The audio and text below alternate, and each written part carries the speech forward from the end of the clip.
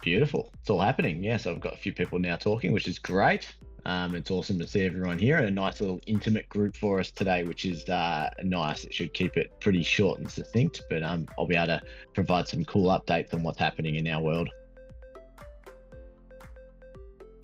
That's a good question, Patrick. I think when it comes to the event space, probably one of the biggest challenges we have at the moment is around some of the big venues that are locked into long-term contracts.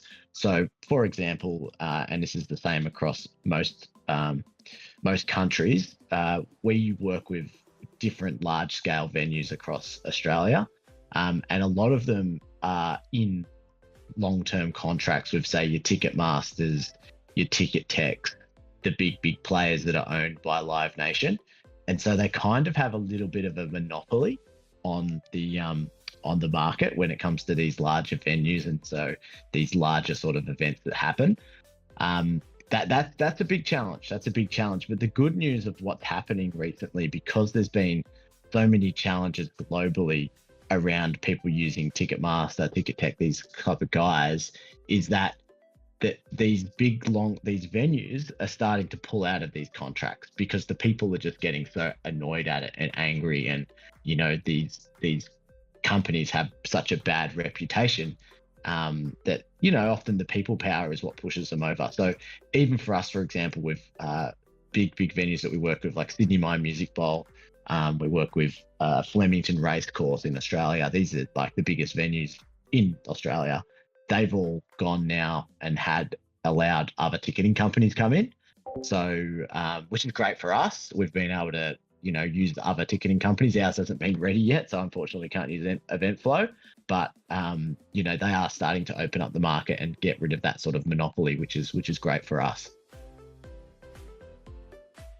So yeah, look, I'll give you guys some pretty cool insights of what's happening at the moment. It's one of the reasons that we haven't been able to do like a big sort of announcement yet, is we're actually speaking to a number of different potential partners. So some of the big ones that just take a lot of time. So for example, Gate Labs have been very interested in our platform. They have done their due diligence now on our project. It's literally taken them 2 months. And they are coming back with the results of their due diligence on us, and that looks like they'd want to invest and also list us on Gate, which is would be a huge one for us, and it opens up a lot of doors. We're also speaking to a number of different exchanges who have sent us contracts. So people like your MEXCs, BitGet have also sent us a contract as well. So we're just weighing up the options. The one thing that's holding us up is that we want to see what the result is from Gate. That's kind of the big one that's holding us up. So we haven't made any final decisions on it yet, just because of them taking so long, and they're kind of our first preference. And so, yeah, that's going to open up a lot of doors. And then also literally over the last week, BNB Chain have reached out to us, and they've said that they really want us to go and change over from Solana and build on BNB Chain. So that is something we are very much considering, because what we'll find if we do that is that they're going to open up a lot of doors for us as well. We've got a bit of a champion in there who really likes our platform and really loves our project. So if we were to do that, they're going to then promote it to their network.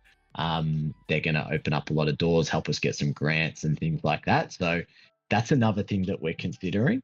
And that's kind of an exciting opportunity. I may have to go fly to Bangkok to meet with them, because they're doing a lot of events over at DevCon at the moment.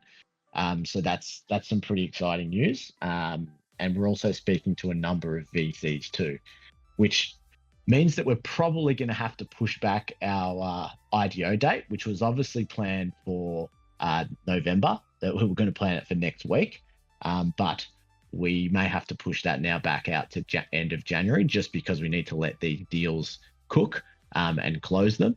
And we don't want to do the IDO too early, and obviously, have less chance of sort of closing these deals, which would mean we'd have to make a few changes.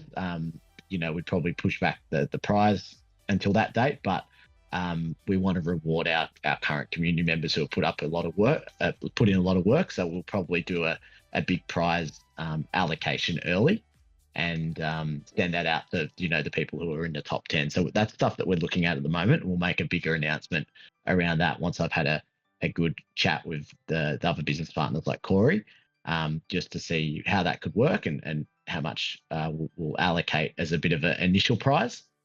And then the other part that's exciting is that we're about to launch our TestNet. So the TestNet should be launched within the next week. The thing that may hold it back is the fact that we may change to BNB chain in last minute. We were actually planning on pushing out our TestNet today, but now that we're considering BNB chain, that may change things significantly. So it'd be great to get some feedback on what people's thoughts are around BNB chain, whether that's something we should definitely do or should we stick to Solana. So if anyone has any thoughts about that, that would be great to know. What's the vision for eventflo in the next 5 years? Well, the big vision is we want to be like the Web3 version of your Ticketmaster. We want to be the biggest event ticketing platform that's a Web3 platform in the world. It's our big global ambition. And we want to revolutionize event technology. So we don't just want to do ticketing. Obviously, part of our platform is we do a more of a holistic approach to ticketing. We have email marketing, SMS marketing, customer service modules, and an AI growth platform. So we're making everything built into one versus having, ticketing platforms which are siloed from those other marketing modules and other marketing platforms, which is a big headache in the event ticketing promoter world. So that's sort of our initial start off, and obviously being built on blockchain is important around that too, because it solves a lot of challenges. But going further than that, we want to get into like event technology in terms of like scanners as you walk in. So we're going to look to create these turnstiles so you can just have your ticket in your pocket and you can just walk through. It will go green when you walk through rather than having somewhere scanning your ticket at the gate. We want to build our own layer one blockchain, so a specific layer one event specific blockchain rather than having to use, say, Solana or even a BNB where you're very stuck in their sort of ecosystem. We'd love to build our own where it's very specific to events, gasless, fast, and really specific to what we need first. And I think that's where blockchains are going to go. There's going to be more purpose-built blockchains moving forward. So we have a lot of plans over the next 5 years, and we've got some big audacious goals that we're going after. What strategies or incentives does eventflo have planned to keep the community engaged and maintain momentum, especially after TGE? Yep. So one of the big ones we have is going to be our testnet. That's going to be coming up. We're going to do an incentivization around that one.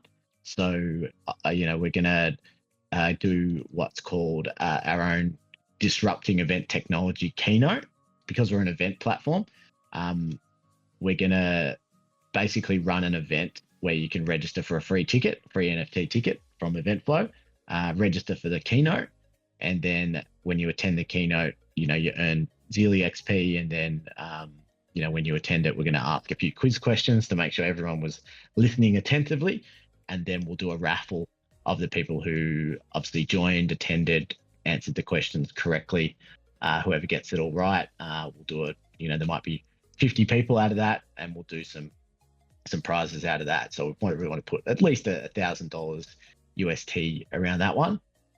And then that one's, we'll be doing little bits and pieces like that. We're going to put a lot behind that one, to make that really interactive and, put a lot of promotional effort into that one. And then after TGE, that's a great question. What we want to do is build within our platform, almost like a Zealy, like a reward structure. So people who are actually, being part of the community, they're going to be, rewarded by FloCoin. Going to have leaderboards for people who attend events, register for pre-sales. So we're going to create that within platform, but also link that back to the community as well. So that's kind of how we're going to try to, keep that community engaged, maintain momentum, especially after TG, but also when we, launch the platform as well. What's the biggest challenges we've faced growing eventflo? I think probably That's a great question as well. Um, I think for us, we've come from a Web 2 background. So yes, I personally, just so you guys know, and it's a little bit embarrassing, but I tell everyone anyway, I started mining Bitcoin back in 2011, when it was literally like $2. I set up a mining rig in my house, my little unit that I lived in back then, and I started mining Bitcoin, right? So I'd probably had, I can't remember how many, like 20 to 30 Bitcoin, which had been mined through this ant miner. And I realized when I looked at the power bill that was consuming all this power, and it didn't make it profitable. So I stopped doing it. And yeah, never realized in my wildest dreams that Bitcoin would eventually be worth over 70,000 US dollars. And that would have obviously changed my trajectory if I ever did that, but I was a little bit too smart for my own good and stopped doing it. And that was my first foray into the blockchain and the Bitcoin world. And then I've sort of kept on top of it from afar. I've never had a project within it except for this one. So I think our biggest challenge at the moment, probably not so much growing when we launch, because we do have access to so many events and our own events that we run that will give us, distribution. But I feel like our biggest challenge has been sort of penetrating the Web3 space.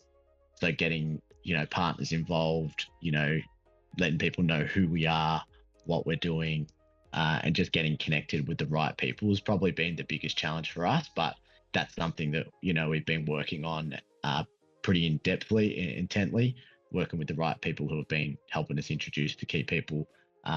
Marty, you're actually one of those guys who's helped us. You introduced us to BNB Chain, which looks like it could be a really good option for us. So that's a big thanks to Marty. He might have helped us out in a big way there. So we'll have to make sure he's looked after and is seen as a king in the eventflo community.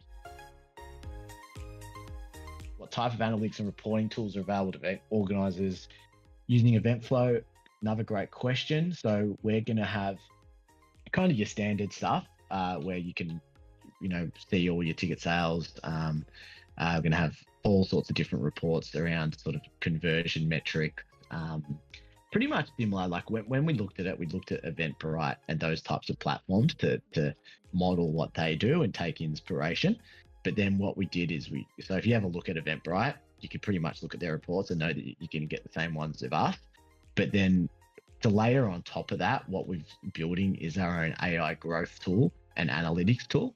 So based on the data we have over the past 20, 30 years of running events, we're training up an AI tool which will look at the data from people's sales and be able to tell them, hey, if you're shooting to sell out your event, you're trying to go and sell 2,000 tickets, let's say, and you're on 1,000 tickets, there's 3 weeks to go until the event. It can predict and say, okay, if you keep going the way you're going, you're going to sell 1,500 tickets. If you want to sell out, if you want to get to that 2,000, here's some suggestions on what you can do to be able to, get it to that 2,000. And it might be, get influencers aboard. It could be lowering the price. It could be whatever it might be. I'd probably not say lower the price, but it could be changing your release times so that your final release goes on sale earlier, because that creates urgency and stuff like that. So it'll come up with little strategies that we've done in the past that's helped us sell more tickets and be able to recommend that to the event organizer. So it becomes its own little sort of marketing assistant, so to speak. AI marketing assistant is probably the best word. Any plans to bring the project to Africa? Definitely. If there's some appetite there, some event organizers who would be keen to use the platform, we're all ears. We're going to be global from day one. So we'd love to bring it to Africa if the opportunity arrives. So if you know anyone, reach out and let us know.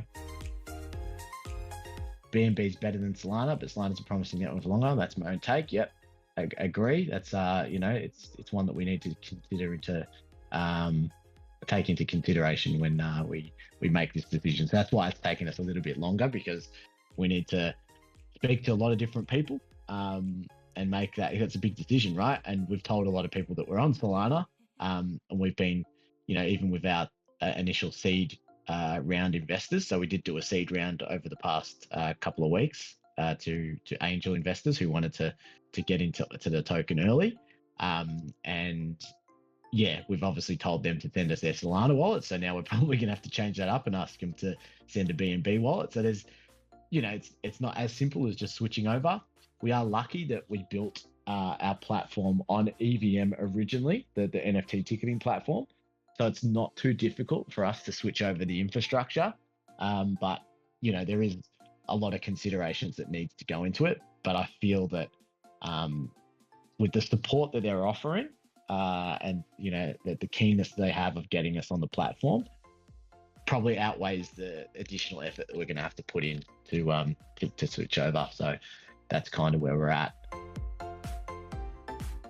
Is the testnet will be open for everyone? Yes, the testnet will be open for everyone. We're going to do a switch over of our main website at the moment, which is all about the IDO, and then we're going to switch it to like a testnet version of the site where it's going to have a waiting list, but it's also going to have events that are going to be on the platform. And the testnet will contain an event which is our keynote, but it's also going to have some of Corey's events for his Tailgate Festival, which are actually going to be on sale. So it's kind of a testnet launch and an MVP launch all in one. So that's kind of exciting that we'll have revenue going through the platform as well. That might be 2 weeks away, but the testnet hopefully will be a week away. I need to speak to Adrian. I sent him a message about it to give me a bit of a time frame. He was assessing it over the last night, he said. So I'm hopefully he can tell me that we can move over to BNB within a week, and that would be a great way to be able to launch the testnet. Said, when is the TGE? So originally we wanted to do TGE literally today, funnily enough. But the problem we have is it would just be a bit too early. Like I mentioned before, this opportunity popped up with BNB, and then we're speaking to VCs as well. And some may ask for changes to our token allocation. So let's say an opportunity popped up and they might want to change the vesting schedules too. So if we had a great opportunity with a big VC and they said, hey guys, we're interested in investing in your seed round, but we're not happy with your vesting schedules or whatever it might be, or they might say, hey, we want a bigger allocation of that, things might have to change, right? So we don't want to do our TGE too early. And now that we're going to push back our IDO and our listings to probably end of Jan, it makes sense to do our TGE probably a week before we do that. So we're looking now sort of end to mid-Jan to be doing the TGE. And then in terms of approved listings of exchanges, we've got approved listings from XC. We've got BitGet who wants us, Polonex, who else we got? BitTrue, Bitmart. There's a few others. LBank is another one. I'm just going on top of my head here, so I'm probably missing out on a few. But the big one that we're waiting for at the moment, I mentioned this before and you might not be on when I mentioned this, is Gate. So Gate have been chasing our project since the start, since we launched, and they have just finished their evaluation and their due diligence, and we're hoping to know within the next week whether that's going to be, they'll list us on Gate, which would open up, like I mentioned before, a lot of different doors for us and investment from the different types of VCs that we know and other ones as well. What are the key features of eventflo for event planning and event management? Oh, well, that's there's too many. Probably the big thing, obviously we've got ticketing. That's the main core. But then on top of that, we're bringing everything into one. So obviously I've been running events pretty much my whole career. So we've got ticketing, email marketing will be within platform, SMS marketing. So people can easily just, you get ticket buyer, you put them into a list, you can email out to them through platform. You can SMS out to them through platform. Customer service as well. So kind of like imagine Zendesk. We're going to have a mini little Zendesk in it, and that will just save event organizers a ton of time. And so, someone can email through, goes into the CRM, into the Zendesk, opens up a ticket, and then they can stay on top of it. Because what we've always found in the event space is that's very fragmented. You get people emailing, get people sending messages in Facebook Marketplace, not Marketplace, Facebook chat, Instagram chat, and it just becomes a bit of a mess. So if we can centralize that for event organizers, it's going to have a big impact.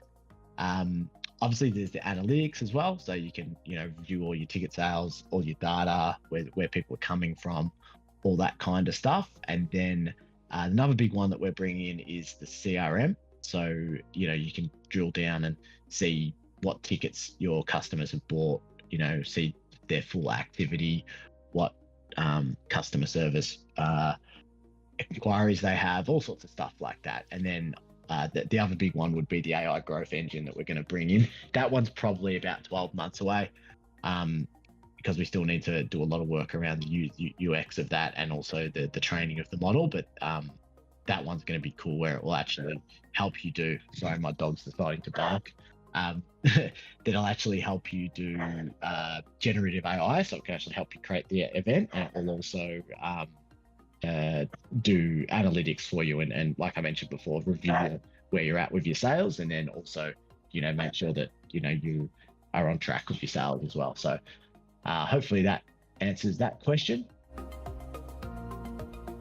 What types of events are best suited for Eventflo platform? To start off with, definitely festivals, music festivals, concerts, music, anything around that. I think conferences, yes, but it depends if they're ticketed or not. So we don't want to go crazy on like the ones that have reserved seating yet. So yeah, I think to start off with, we're better off going for the events where it's not, reserved seating, because then you've got to start thinking about seating plans and things like that. So where we'll start is, definitely around music festivals, concerts, conferences where you can just, have levels of tickets, but not specific to the actual seating, because then you need to build out seating plans, which is definitely in our roadmap. It just might take a bit longer.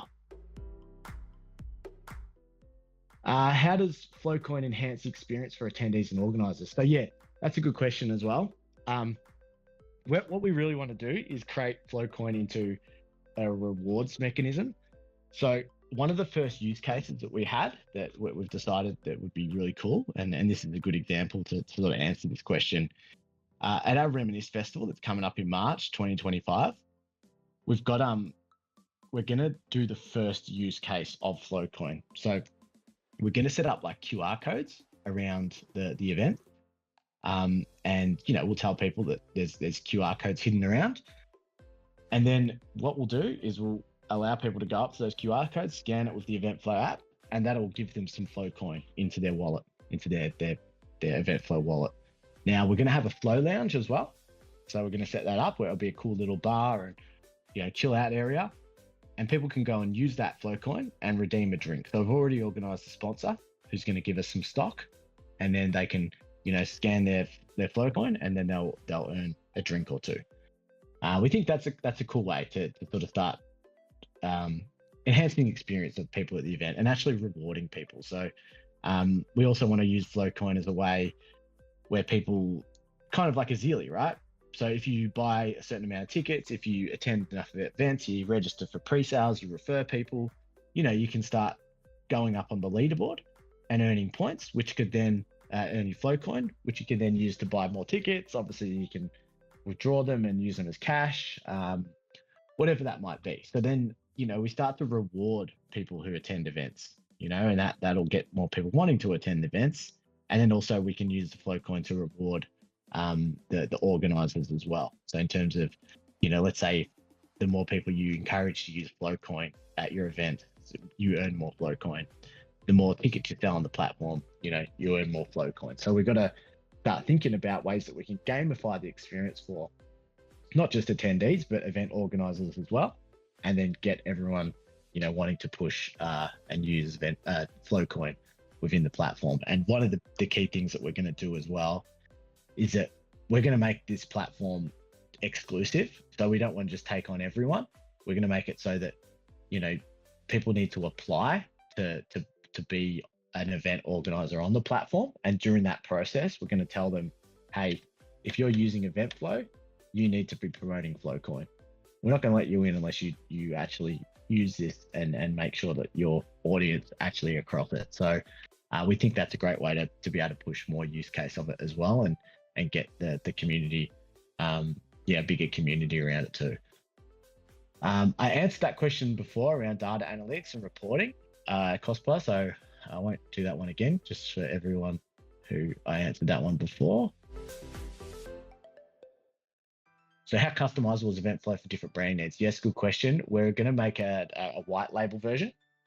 Probably that won't be available in our initial MVP and our beta, obviously.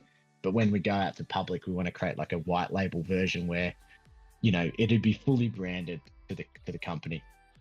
So you can go on the page, you can customize it how you want, you can have your own domain, you can make it look and feel however that you want, and so that it fully feels like it's your own ticketing platform.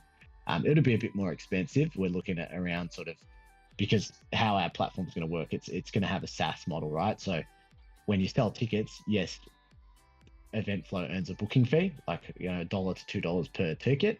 But for people who want to use those modules, like the email marketing, the SMS marketing, they'll pay a fee per month.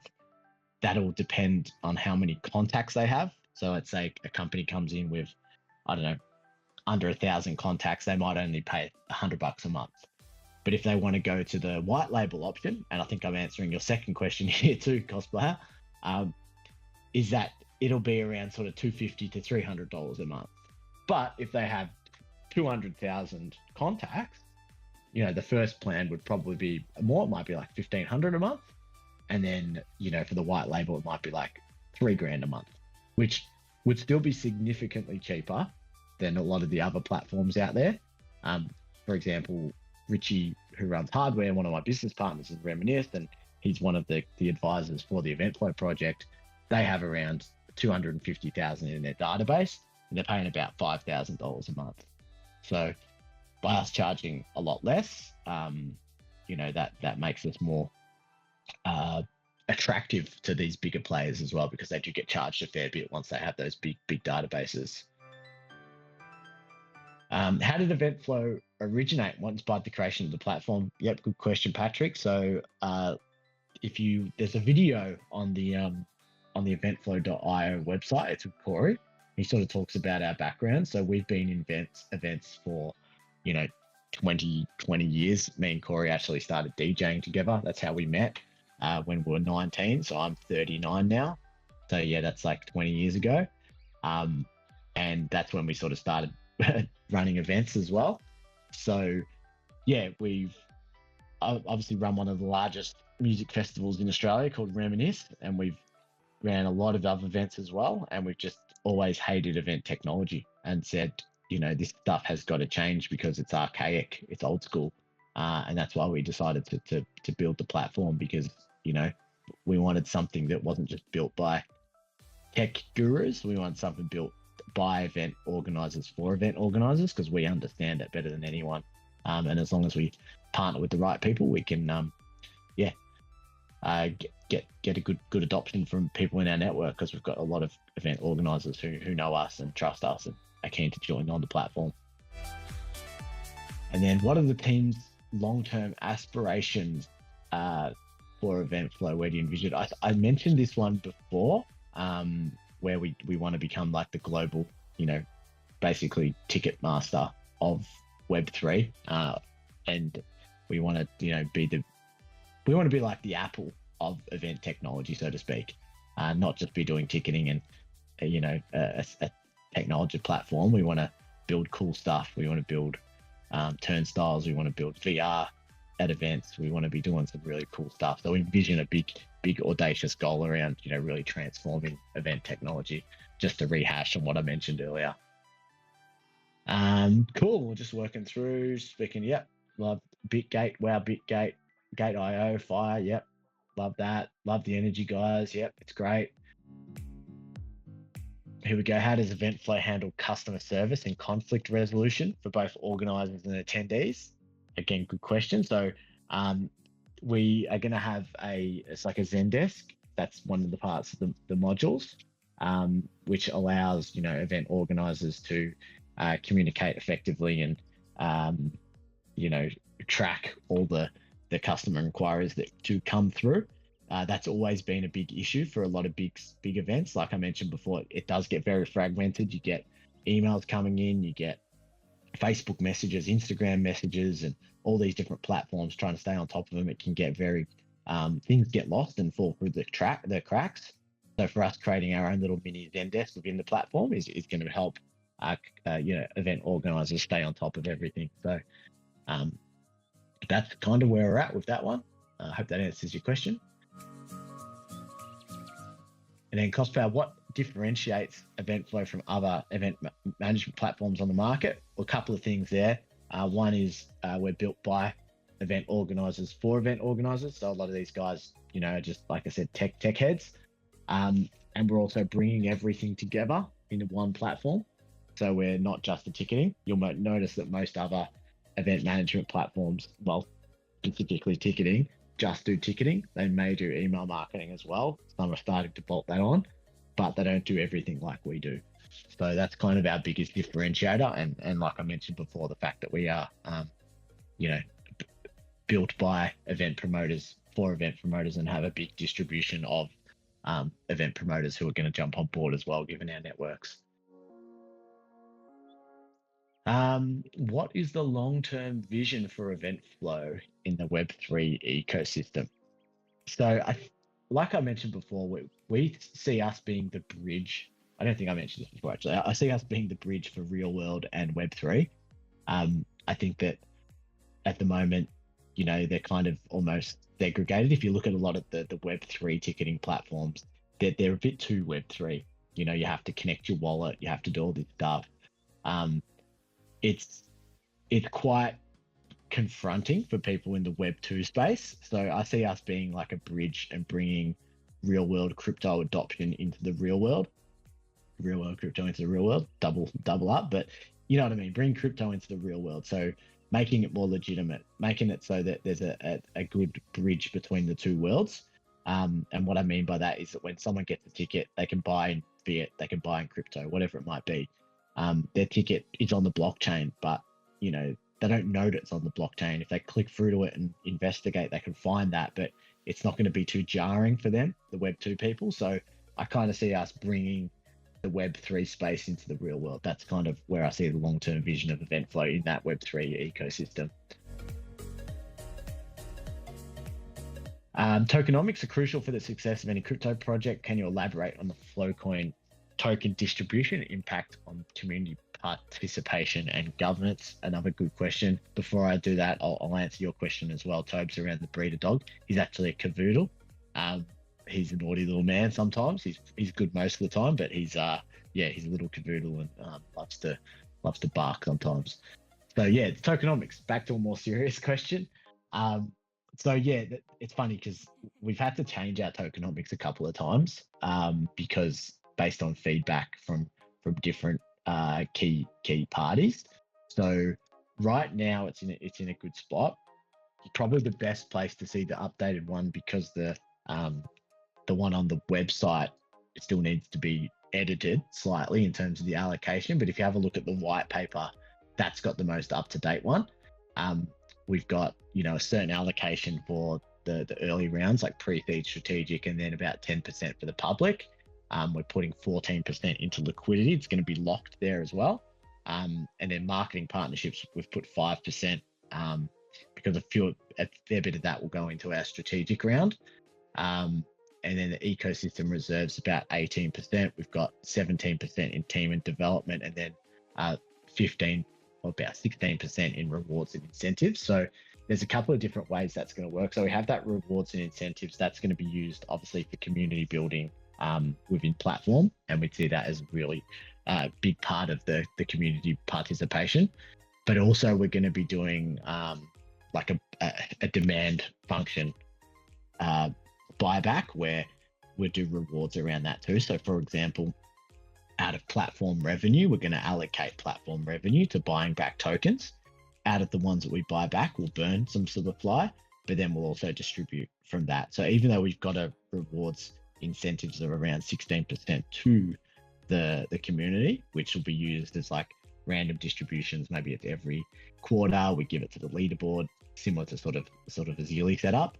But on top of that, we'll have that demand function. And the reason we're doing the demand function is that it won't affect price, because we're buying back the tokens at market.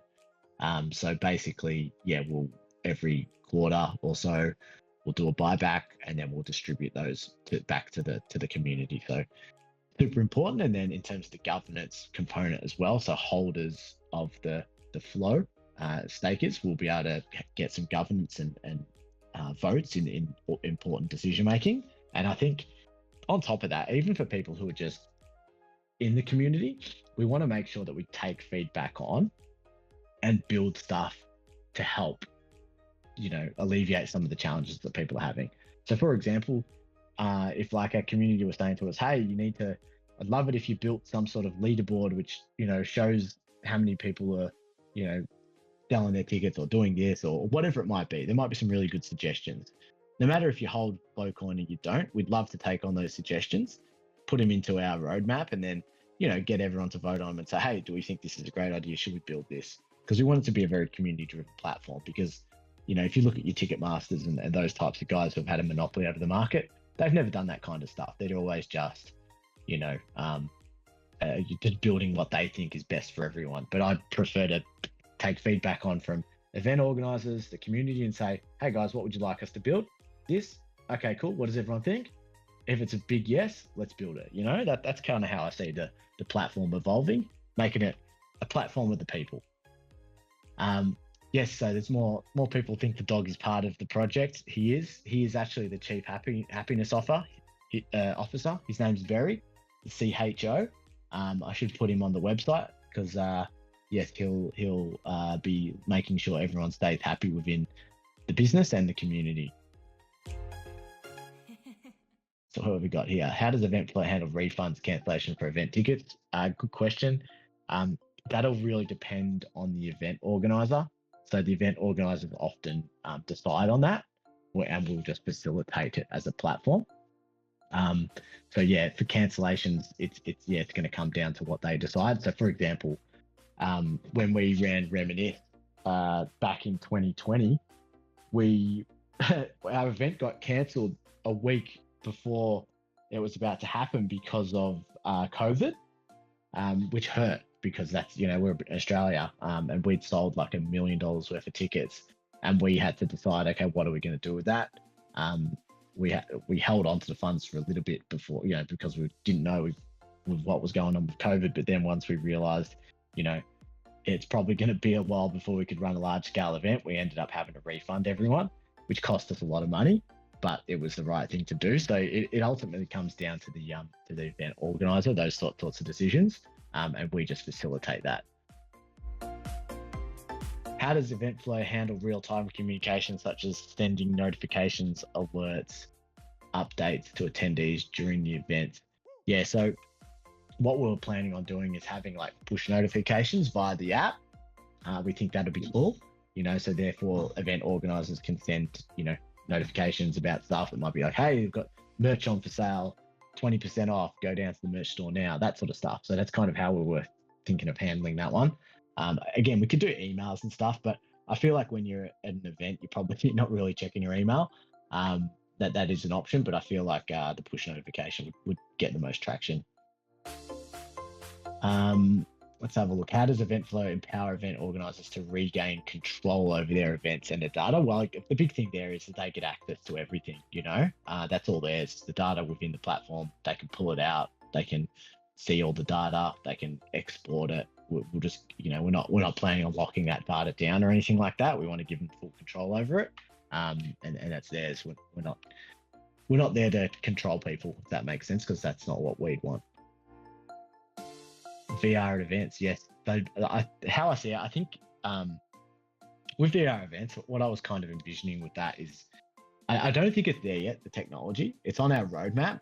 I feel like what would be cool is if we set up some sort of camera, like a 3D camera behind like a DJ or something like that, and then people could get to experience what it's like to be right behind the DJ in like cool locations and in VR. And yeah, that we could set that up because we run these events. We could set up some sort of cool thing, and then people could attend. I don't know. We've got some big artists that we're hoping to land for Reminisce. Like, it would be cool that we have a camera behind them. People can experience the event without actually being there. They can just put their VR headset on, and they're right behind the DJ in the best spot. So that's kind of what we're thinking as the initial rollout of that, which we could do quite easily once we have all the infrastructure in place. That's because we run the events ourselves. What new features or rewards does have planned for FloCoin holders? How will these benefits improve experience for both event organizers and attendees? Yeah, so I think I mentioned this before, just around like one that pops into my head straight away is like drinker rewards, right? So we can have little cool quests at events, get people to scan the QR codes, that earn some FloCoin, and that could be redeemed for drinks. I think that's a simple way that we could start engaging people, especially at festivals and stuff like that, because what people are mostly there to drink, they're there to dance, right? Have a good time. So, if we can factor that in and get people, wanting to use FloCoin for those types of things, little rewards, that'd be cool. Other things I've been thinking as well is for people who want to use FloCoin at the event, we can set up a flow line, and maybe we can set up flow lines for when people enter the event, right? So it's like a VIP fast track, so you're a FloCoin holder if you hold a certain amount, or if you bought your ticket in FloCoin, maybe, so there's a few things we need to work out around the logistics of it. But we say, when you're coming into the event, if you're a holder of Flow, let's say that's what it is, there's a flow line. You walk straight in. You don't have to wait in line with all these other 5,000 people and take 10 minutes to get in. When you want to buy a drink, you don't have to stand in the line. You can go down the flow line and order a drink straight away. So there's all these little things that we want to do like that, and give more benefits to flow holders. And even like I mentioned before, the FloLounge, maybe we could segment that off so that that's only for people who hold FloCoin, so it's specific. It's an exclusive lounge at an event for the people who hold FloCoin or are going to use it. So that's kind of where we're looking in terms of just a few different ideas around it as well. Does eventflo offer built-in tools for event marketing, such as email campaigns? Yes, we're doing email campaigns, not SEO optimized. Like, look, our pages will rank well for SEO because they'll be built well, they'll have the right infrastructure in place, so to speak, so it can be optimized. We won't be doing optimization in terms of like building backlinks and those sorts of things, but yes, the pages that people use will be optimized. We weren't planning on doing any social media scheduling yet, but it's something that we have considered. So I think that's probably one of those things that as the platform develops, we'll speak to other event organizers and go from there and see if they want that, and we'll add it in if they do. Sometimes it's a bit hard with social media scheduling tools because there's so many of them, and the APIs often break and they're changing them all the time. So it can be a bit of a opening a bit of a can of worms. And I know that because I'd actually built a platform that was on LinkedIn and it was super annoying. It would have to be some big reasons to do it, so to speak, for us to go down that path. Everyone would have to want it because I'm a bit jaded from that, so to speak. What blockchain is FloCoin going to be on? How do you expand your reach? Is the ambassador program partnerships to achieve this? Well, we're actually, the first plan was actually Solana, but I'm not sure if you were here earlier. We've been speaking to BNB Chain, and they may support the project a little bit more than Solana. So we're in a little bit of a transition or decision-making phase where we may actually change to BNB. And then in terms of like ambassador programs, yes, that's what we're doing at the moment. We're speaking to VCs. Obviously, BNB Chain have said that they'll actually promote our project as well if we jumped on board. We're currently speaking to different KOLs, different partners to help us sort of push out a lot of our marketing over the next couple of weeks. So that's currently in the cook, so to speak, as everyone says at the moment. How will eventflo ensure its platform is user-friendly, accessible to both tech-savvy and novice users? Yeah, so that user experience is huge for us. It's really important. We've built it in a way that's, we look at all the other platforms, So we've looked at your Eventbrite, we've looked at your, ticket masters, and we've taken what we like out of each platform and built it to suit, made it super simple, because it needs to be simple, because a lot of people who buy tickets to events, they're not that tech savvy, right? That we know, because Reminisce is, for us, it's a very older audience too. So we want to make sure it's as simple as possible. So that's kind of why we're launching out the testnet as well, because we want to get a bit of feedback from the audience to say, hey, this is what we've built. This is based off, looking at many different event platforms to simplify things. But hey, we may need to change it based on some feedback as well. So that's why we're going to do the testnet. One of the things that we're going to ask people is, hey, would you give us some feedback on how you think it is, if there's any improvements, and have that as part of the quest as well. So when we can, look at that and decide if we need to make any sort of user experience changes to it, really. And in terms of the educational resource and simplified onboarding process, that's definitely something we're looking at as well. Yes, eventflo can track attendee management in real time. It sure can. That's one of our reports, definitely. So how can eventflo help small organizers have not the resources to adopt blockchain technology? So how can we help local small event organizers adopt blockchain technology? Well, we are the blockchain technology for them, and it's gasless, it's free. So they'll be able to use it for free using our platform, just by paying a booking fee when they sell tickets. So that's kind of how we're allowing them to do it when they don't have many resources. Fees for using Eventflo is a good question. So basically, it's going to be a booking fee. We're looking around $1, $2 per ticket. That's a lot cheaper than, say, the other platforms, which charge anywhere up to like $10 per booking fee, which is absolute highway robbery. And then we'll be charging a SaaS model for people who want to use, or event organizers who want to use the event marketing, email marketing, SMS marketing. We'll charge probably minimum of $100 a month, depending on how many organizers they have. And that's a lot cheaper compared to other platforms out there. Just an FYI. Cool. Can Eventflo's open AI-driven tools boost event success with personalized marketing? Yes, it sure can. So we want to build in, generative AI and make it so people can, you can say, hey, I want to send an email out to top 10 ticket buyers, offering them a 20% discount, and it will do all that for you. So that's kind of where we're at. I think that's pretty much everything, guys. Great to have everyone here. That's the last question. Like I say, we're going to have some big updates coming. We're going to announce the fact that we'll be moving the IDO soon. So keep an eye out for that, and that means we'll push back some of the prizes, but we will do a big distribute of prizes early next week. That's my plan, which was our original plan as well. So we want to reward everyone who's been involved early on. We don't want to just push things back like that and not reward people. So we'll keep everyone updated on that. And if obviously got any questions, reach out.